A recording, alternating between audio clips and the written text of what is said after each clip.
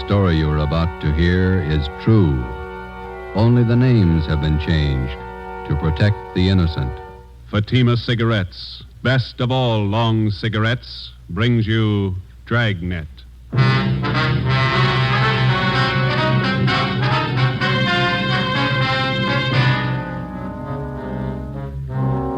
You're a detective sergeant. You're assigned to bunco detail. An expert confidence man has resumed operations in your city. His criminal record dates back 35 years. He's a master in the art of the gentle swindle. Your job, stop him. If you want a long cigarette, smoke the best of all long cigarettes. Smoke Fatima. Fatima is the long cigarette which contains the finest Turkish and domestic tobaccos superbly blended to make Fatima extra mild. And that's why Fatima has a much different, much better flavor and aroma than any other long cigarette. That's why Fatima has more than doubled its smokers coast to coast. So, enjoy Fatima, the best of all long cigarettes. It's wise to smoke extra mild Fatima. It's wise to smoke extra mild Fatima.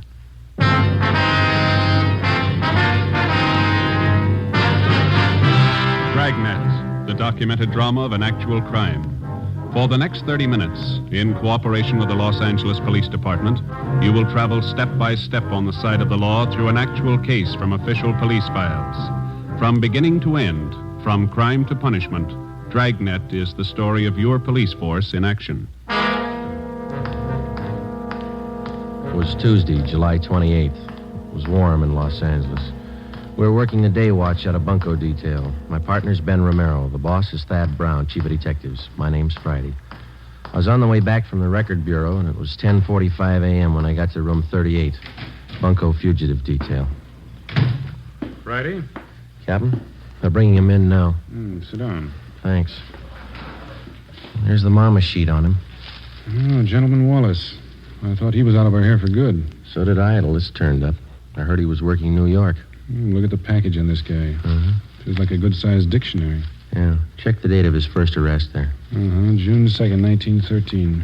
He's been in and out of jail all over the country. Look, Lane County, Oregon, forgery. Bum check beef, San Francisco, 1914. Embezzlement, Santa Ana. Parole violation, Seattle, Portland. More checks, Reno. Billings, Montana, forgery, 1920. Dayton, Ohio, Pittsburgh, New York, grand larceny. Bunco Raps, Las Vegas, Cleveland, Chicago. That's only the first page. There's a couple more there. Yeah, it reads like a novel. Just about as long. What's the story on Wallace this time? What have we got? He reached a couple of used car dealers Saturday. Took them for $2,000 each, and we can't touch him. Why not? How'd he work it? Well, Saturday afternoon, he went to a car lot on the corner of South 3rd and Washington, and he bought a 1948 Lincoln sedan. Mm-hmm. Showed him his identification, wrote a check for $1,500 for a down payment, and drove away. Another bum check deal. That's a little more than that. About 45 minutes after he left, he drove into another used car lot 2 blocks away from the place where he bought the Lincoln. Yeah. Told the salesman there that he didn't like the car and he wanted to trade it in on another one. Mm-hmm. The salesman offered him $900 less than he paid for it. Wallace accepted and offered them a personal check to cover the balance. And the salesman went for it? Almost. Wallace seemed so anxious to get rid of the car that the clerk got suspicious, but it was late Saturday and he couldn't call the bank on Wallace's check. So he called the place where Wallace bought the car. That's right. We found out that the sale was made less than an hour before and that Wallace had given them his personal check for it. Mm-hmm. And then the 2 used car dealers got on the phone, decided that Wallace was pulling a fast hustle, called a cop, and had him jailed. Mm-hmm. Hold that light a minute, will you? Mm-hmm. Thanks. Yeah, then what? Well, when the banks opened Monday morning, they called about Wallace's account. He had enough money in to cover both checks. Wallace got a lawyer and threatened suit against the 2 car dealers. He had both of them cold. They settled out of court for $2,000 apiece. Quick deal. Sounds like a master. He's been grifting for 35 years. Knows the con game any way they want to play it. We can't even book him on a VAG charge. He's got a job. And who's he working for? Plastic outfit out in Pasadena. Salesman. Is he registered under 5238? He is. No, just a minute. Yeah? All right, send him in. Romero, he's got Wallace with him. Oh. Captain? Ben? Wallace, this is Captain Bryce. Captain, I'm very happy to know you. I've heard a lot about you. Yeah. Sergeant Friday, how are you? We'd like to talk to you, Wallace. Sit down. Oh, well, thanks. Warm out today. Mm-hmm. Perspiring. Now, what is it I can help you gentlemen with? Always glad to cooperate. You don't have to give us a build-up, Wallace. We're not buying. You know me better than that, Sergeant. No point in making this visit an unpleasant one. Cordiality, that's a secret. My mother always used to tell me that. She used to say... Look, mister, you're not here to get the keys to the city hall. You're here for investigation. I'm here out of courtesy, Captain. My lawyer informed me I didn't have to come. I don't believe in making enemies, that's all. For a guy that's not trying, you've done pretty well, haven't you? Now, how long do you plan to stay here in town? Los Angeles is my home.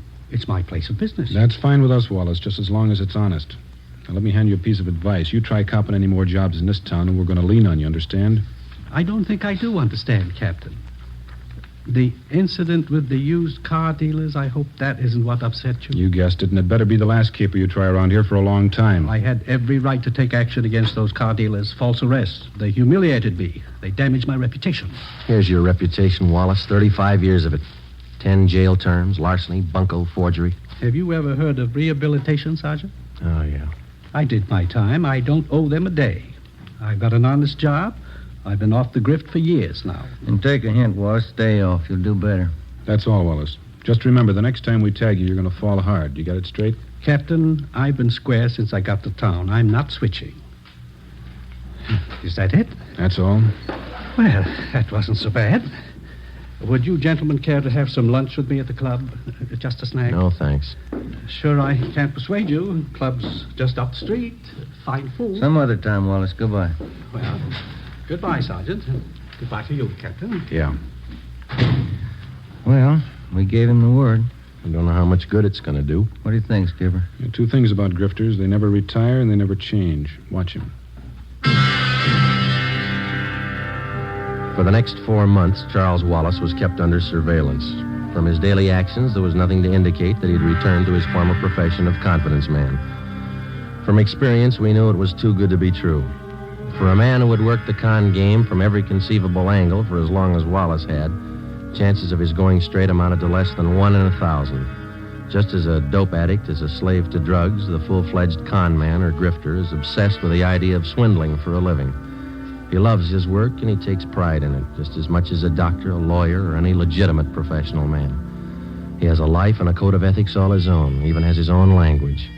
The grifter's victims are wealthy, middle class, and poor, and many more than the average citizen imagines. Wednesday, December 1st, 1 p.m. Ben and I had lunch and checked back in at the office. Food's getting better at the cafeteria, don't you think? Well, beef stew is pretty good.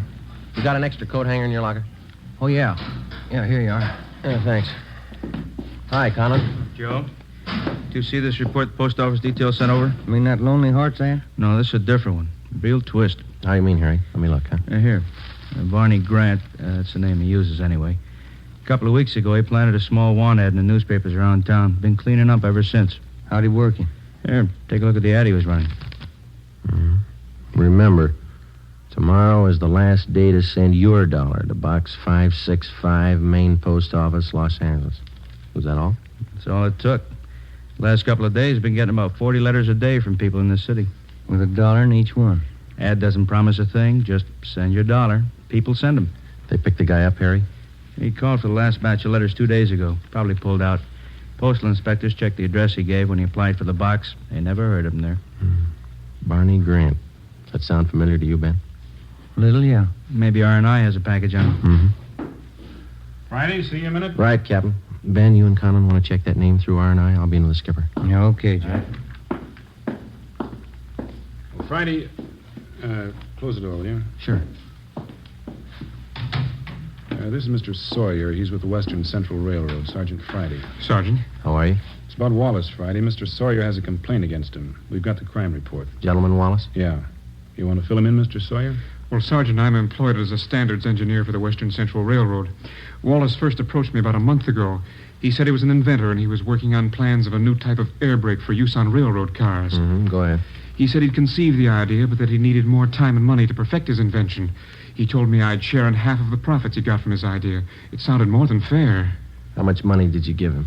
All I had in my savings account, $3,000. I talked it over with the wife, and the idea looked real good on paper. Yeah. I didn't expect to make too much money for myself out of this, but I thought that if I could get a hold of this braking system, it would certainly help the company out. Mm-hmm. He took your money, and you haven't heard from him since. Well, I presented the plans to the chief specifications engineer in our eastern office. Yeah? I got an answer yesterday, airmail. Our New York office has been working for 2 years on exactly the same set of brake plans. And how'd he get a hold of them? From the Patent Bureau in Washington. Oh, the company has a patent pending on the new device. It's all legal, isn't it? Yes. He simply got the information from them, drew up an exact copy, and submitted them to me. He sold you an invention that your company already owned. Yes, sir. And I'm out $3,000. You know where Wallace might be now? We've checked the boarding house where he was staying. He left there last night. No forwarding address, nothing. We've got an all-out points bulletin on him. Do everything we can. Well, thank you, Captain. Sergeant Friday. You have my card. If there's anything I can do to help, please call. All right, Mr. Sawyer. Goodbye. So long. I know what we're looking for, Joe. Well, let's see. What's that, Romero? On that phony ad the post office detail reported this morning. Check the name Barney Grant through the crime index. That's the name the guy used. Yeah? Oh, this is the package on Gentleman Wallace. That's right. His alias list goes for 3 pages. Read them again. Charles French, Walter Grant, Charles Grant, Barney Grant. That's right. Gentleman Wallace, Barney Grant, same guy. We got out a local broadcast, an APB, and a radiogram on Charles Gentleman Wallace. For a full month, there wasn't a sign of him. Then we received a communication from the Denver, Colorado Police Department. Wallace had cashed worthless checks in that city in the amount of $2,500, and then he'd skipped town. But before he left Denver, he managed another deal. He sold 30 cartons of electric razors, which 1, did not belong to him, 2, had been stolen from another con man and resold, and 3, the razors didn't work in the first place. The mechanisms had been taken out and replaced with lead weights. Another 60 days passed before we got the next report on Wallace from Cleveland, Ohio. By means of forged papers, 2 well-versed assistants, or ropers, and a fast line of talk, Wallace had sold a Cleveland hardware concern a shipment of 10-penny nails, much below the market price. He collected $1,200 as partial payment for the shipment, but it was never delivered. 8 a.m., Monday, March 3rd. Ben and I checked in for work after a weekend off and found a message in the book to report to Chief of Detectives Thad Brown.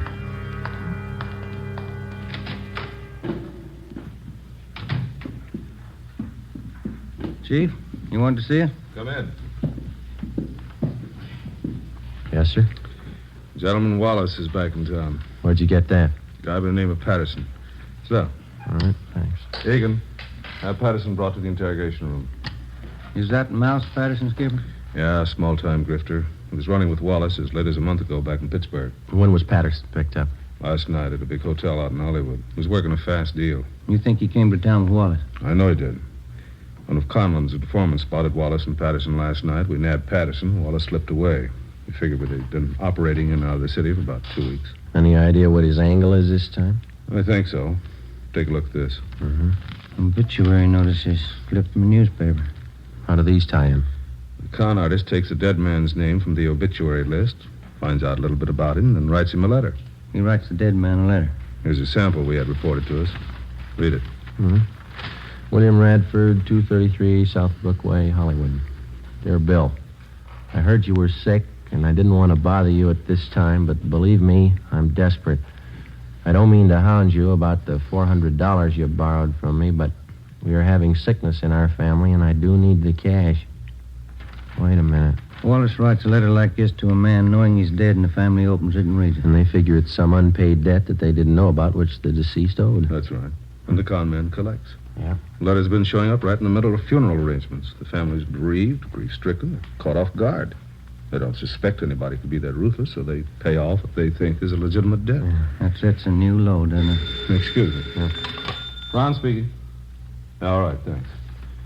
I got Patterson in the interrogation room. You 2 question him, find out everything you can. Right, Chief. When you're through talking to Patterson, you can start checking on these names. What's this? It's a list of all the names that appeared in the obituary column in today's paper. It's a long list. Conlon and Myberg are checking half. You and Romero take the rest. Right. Get to those families before Wallace does. We went down the hall to the interrogation room and questioned Patterson for an hour and a half. He denied that he even knew Wallace. He refused to tell us anything. We had Patterson returned to his cell in the county jail, and Ben and I started to check with the relatives of the deceased who appeared in the daily obituary list. Adams, Connolly, Craig, Denberg, Donzetti, Edmonds, Fowler. None of them had received letters claiming payment of secret debts owed by the deceased. Well, there are more pleasant jobs than bothering families with an investigation in the middle of their sorrow. It wasn't easy, but it was necessary. The eighth name on the obituary list was Foreman, Carl J. He was survived by his wife, Jean. She lived at 5821 Santiago Street out in the valley. We're sorry to intrude at a time like this, Miss Foreman. We know how you must feel, but it's an important matter. That's all right, Sergeant. Carl was sick for so long. Probably better this way. What did you want to know?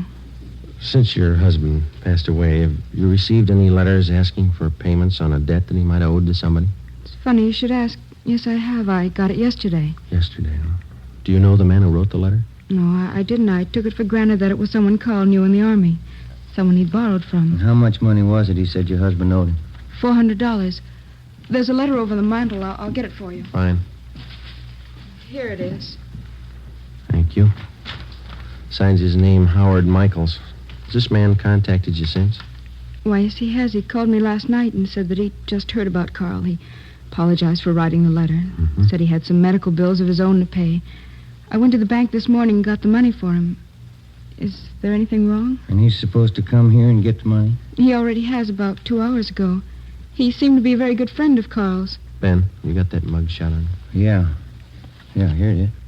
I don't understand, Sergeant. Is, this the man who picked up the money this morning? Yes, that's Mr. Michaels. Mm-hmm. Don't you think he was Carl's friend? I don't think so, Miss Foreman. But no one would do that. Who could be that low? You're looking at his picture, Miss Foreman. His name's Wallace.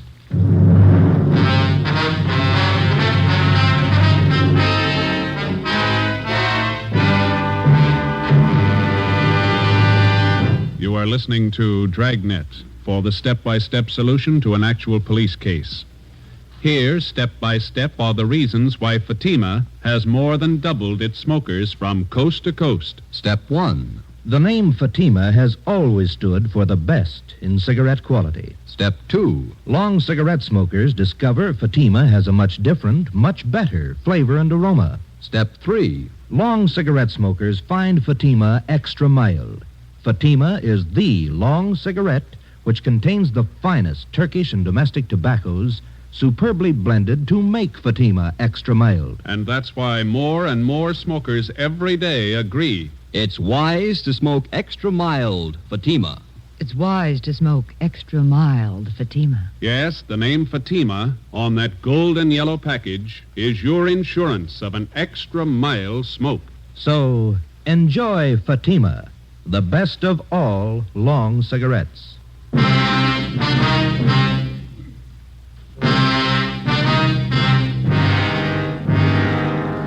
Over the past century, the confidence man here in the United States has earned the dubious title of aristocrat of the underworld.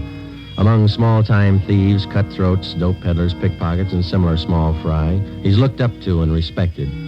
The true con man does not consider himself a crook or a thief in the ordinary sense of the word. He's smooth, courteous, fast-talking, and he lives by his own code of rules. He never uses violence. He makes his living by his wits alone. Generally, he's far above average intelligence, and he's totally without a conscience. He thinks no more of fleecing a day laborer of his wages than he would of fleecing a millionaire. Because of their carefully planned operations, only a handful of confidence men are ever brought to trial. Monday, March 3rd, 6 p.m. Ben and I completed our interviews with the families of the deceased and returned to the office. Hi, you two have any luck? Wallace is the guy. We found out that much. Who identified him? Woman out in the valley, a Mrs. Foreman. Wallace posed as an old friend of her husband's, took her for $400. How about Colin and Myberg, Captain? They get anything? They haven't checked in yet. I'm waiting for him. How does Mrs. Foreman make the payoff to Wallace? Through the mails? No, sir. He came out and picked up the dough in person. Yeah, then there's no chance of tracing him through the post office. Seems like he comes up with a new MO every day. We checked out the rest of the families of the deceased on the list the chief gave us. No leads. Don Myers and handwriting checked the letter Mrs. Foreman got. The writing matches with the others. It's Wallace. Hi. No, Conlon. Myberg with you? Down the hall in handwriting. Checking a couple letters with Myers. Do any good today, Harry? Some. We found 2 families got phony letters through the mail. Same deal, Wallace. They pay off to him yet? Neither one. Told him to sit tight and call us if the guy should contact him again. Explain the setup. Who are the people, Harry? Let's see. One's an old fella. Oscar Dunn. Lives over in Highland Park. Other's a pretty wealthy family, Bel Air. Here it is. Elizabeth Secor. She's the wife. Mm-hmm. Husband's name, Burton James Secor. Investment broker. Died day before yesterday. How much of a debt is he supposed to have owed? The guy in the letter claims $1,200. Signed himself William Kilbright. The letters mention anything about how the payoff's supposed to be made? The guy wrote he'd contact him by phone first, then make arrangements to meet him. Both families will call as soon as they hear from him. No, if he doesn't change his M.O., we're set. Conlon, you and Myberg stick with the family in Highland Park. Make sure they understand perfectly what the setup is. Wallach makes a contact. Be there. Okay, Cap. Joe, you and Ben cover the family out in Bel Air. Okay, you got Secor's address here? Well, here's a crime report. It's got all the dope. Good. Yeah, I'll grab it. Bunko, fugitive, Conlon. Yes, ma'am? When? All right, thanks. We'll take care of it. Secors. Wallace just called him. What's the pitch? Wants to pay his respects. He's going to visit him tonight. 7:35 p.m. Monday, March 3rd. Ben and I drove out to Bel Air to the Secor place. It was an English-type mansion with a circular driveway out in front. The wake for Mr. Secor was being held in the living room. The butler showed us into the library where Mrs. Secor was waiting. She told us everything that had transpired since she first received the letter from Wallace following her husband's death. She said Wallace had promised to be at her home promptly at 9 p.m. We waited. 9 p.m. came and went. We told her that if the suspect should call, to make any concession, to agree to anything in order to set up a meeting with him. At 10 minutes past 10, the phone in the library rang. Mrs. Secor answered it. I listened in on the extension. I'm terribly sorry, Mrs. Secor. I did want to get out to pay my last respects, but I'm afraid that will be impossible. Oh, I'm sorry you won't be able to come. I'd like to settle up that debt, the money that Burton owed you. I do hope you understand, Mrs. Secor. It's very difficult for me to bring up such a subject at this time of your bereavement, but I do have need of the money. You see, it's my wife. She's quite ill, and, well, there are medical expenses to be met. Oh, I understand. When would you like to come for the money? Well, would tomorrow be all right? My husband's funeral is tomorrow. Oh, I see. Well, where will that be? At the cathedral on Sunset Boulevard. A requiem mass at St. Mary's at 9 o'clock. Well, since I don't want to bother you personally anymore, I wonder if it would be possible for you to leave the cash with the head usher there at the church. Well, yes, all right. I think that would be the best way. All right, then. Good night, and thank you. Yes, good night. I'm sorry. I know that's not easy for you. That's all right, Sergeant. It's strange, isn't it? What's that? One man burns out his whole life making money. The next man spends his time trying to steal it. What does it all mean? I don't know. We got 2,600 men down in the county jail. We all think they've got the right answer.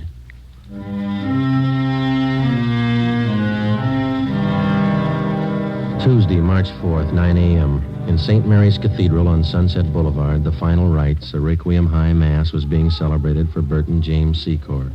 Ben and I were stationed at the rear of the church. Conlon and Myberg, together with two other men from Bunko Detail, covered the side exits. An extra detail of men were placed at strategic points around the cathedral. The head usher stood a few feet from the main entrance. With him, he carried a plain manila envelope filled with pieces of newspaper cut to resemble the size of currency, along with a $1 bill. He had instructions to hand over the envelope without question to the person who asked for it. 15 minutes past 9, Joe. Yeah. You see that head usher all right? Yeah, I got him spotted. All right. Pretty good-sized crowd here. Secor must have had lots of friends, huh? Yeah. Nice choir. Just wondering, Joe. What's that? Suppose he doesn't show up? Well, that's possible. He might have gotten suspicious. Could be. What time you got now? It's 9:20.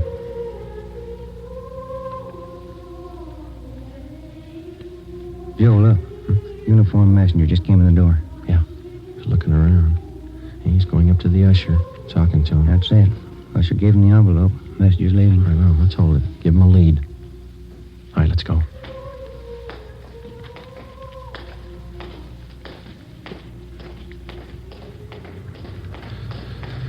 Now, let's go, Ben. Don't lose him. He's getting into that cab. Come on. slide over. You got the cab number? Yeah, let's move. 10:30 a.m. Ben and I trailed the cab to a bus depot in downtown Los Angeles. We followed the messenger in and watched him check the manila envelope in a key locker. We waited. At 11:45 a.m., another uniformed messenger entered the bus depot, picked up the envelope, and left.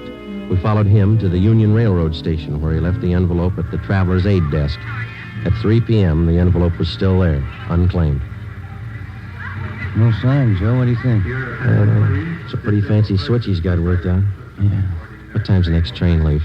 3:25. Coast Limited for San Francisco. It's 3:21 now. Wait a minute.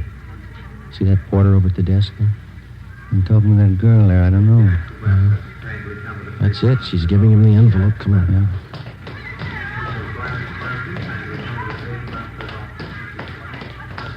He's heading up the ramp. Yeah, let's hustle.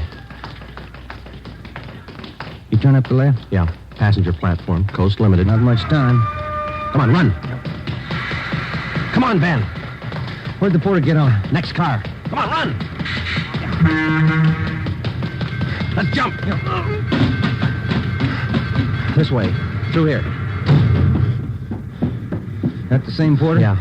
He's knocking at the door to that compartment, handing him the envelope. That's it. Let's go. Yeah, it's locked. Knock. Yes? What is it? Conductor. Just a minute. What is this? All right, Ben. Now, look, Sergeant, there's no need for any unpleasantness. Certainly we can sit down and talk this thing over like intelligent human beings. Grab the luggage, will you, Ben? All right, let's go, Wallace. Look, will you wait a minute, please? I'm sure we can come to some agreement. I have plenty of money. Look, right here alone in this envelope, plenty of... There's only $1 here. The rest is newspaper. Yeah. I've been taken. So have a lot of people. Let's go.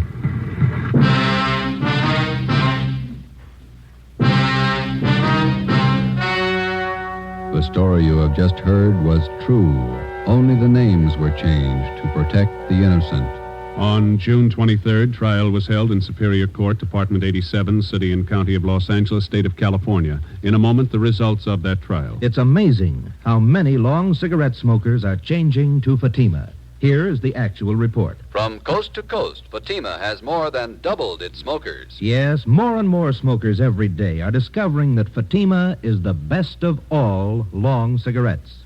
Long cigarette smokers find Fatima has a much different, much better flavor and aroma. Long cigarette smokers find that Fatima is extra mild because it's the long cigarette which contains the finest Turkish and domestic tobaccos superbly blended to make it extra mild. So enjoy extra mild Fatima, best of all long cigarettes. It's wise to smoke extra mild Fatima. It's wise to smoke extra mild Fatima.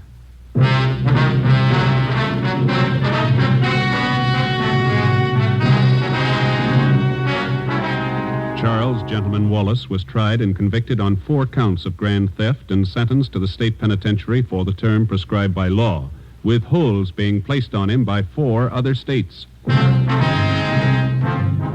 You have just heard Dragnet, authentic cases from official files. Technical advice for Dragnet comes from the Office of Chief of Police W.A. Wharton, Los Angeles Police Department. Dragnet wishes to thank the editors of True Detective magazine for their considerate appraisal of this program. For those of you who may be interested, the behind-the-scenes story of Dragnet appears in the March issue of True Detective. Fatima Cigarettes, the best of all long cigarettes, has brought you Dragnet from Los Angeles. Tomorrow, hear the Ronald Colmans in the charming series Halls of Ivy on NBC.